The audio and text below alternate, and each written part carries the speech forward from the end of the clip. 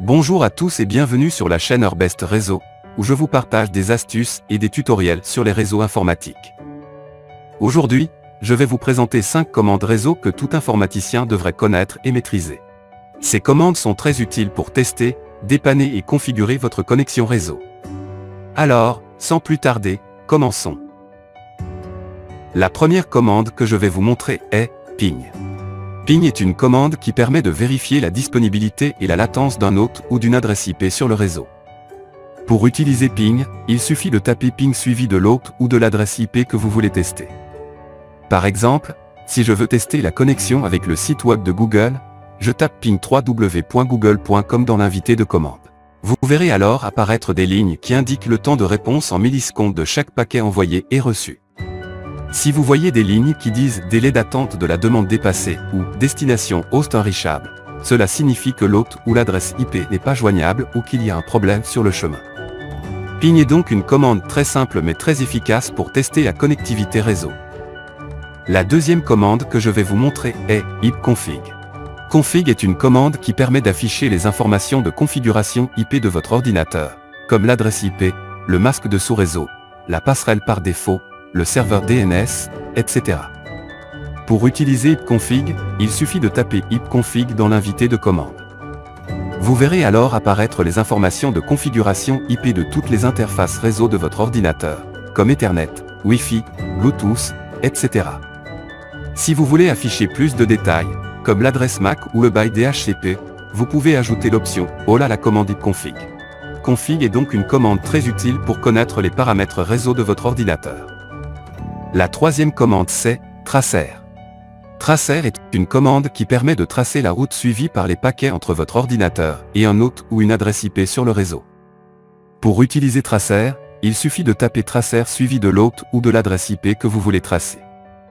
Par exemple, si je veux tracer la route vers le site web de Microsoft, je tape tracer www.microsoft.com dans l'invité de commande. Vous verrez alors apparaître les noms et les adresses IP des différents routeurs qui relaient les paquets entre votre ordinateur et l'hôte ou l'adresse IP cible. Vous verrez également le temps de réponse en millisecondes de chaque saut. Tracer est donc une commande très pratique pour visualiser le chemin emprunté par les paquets sur le réseau et pour identifier les éventuels points de congestion ou de défaillance. La quatrième commande c'est enslookup. Enslookup est une commande qui permet d'interroger les serveurs DNS pour obtenir des informations sur les noms de domaine et les adresses IP.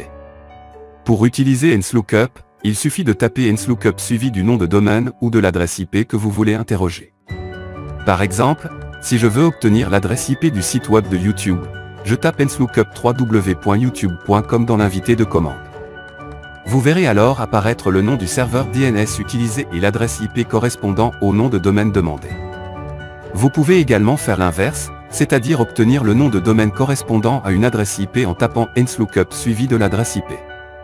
Par exemple, enslookup 172.217.19.206.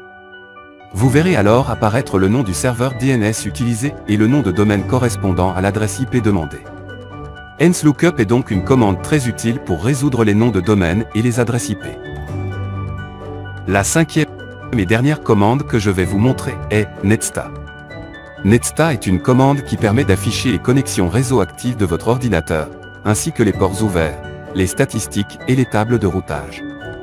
Pour utiliser Netsta, il suffit de taper Netsta dans l'invité de commande. Vous verrez alors apparaître les connexions réseau établies ou en attente, avec le protocole utilisé, l'adresse locale, l'adresse distante et l'état. Si vous voulez afficher plus de détails, comme le nom du programme associé à chaque connexion, vous pouvez ajouter l'option B à la commande Netsta. Par exemple, Netsta B. Netsta est donc une commande très puissante pour surveiller et contrôler les connexions réseau de votre ordinateur. Voilà, c'est tout pour cette vidéo. J'espère que vous avez appris quelque chose d'utile et que vous allez maîtriser ces 5 commandes réseau.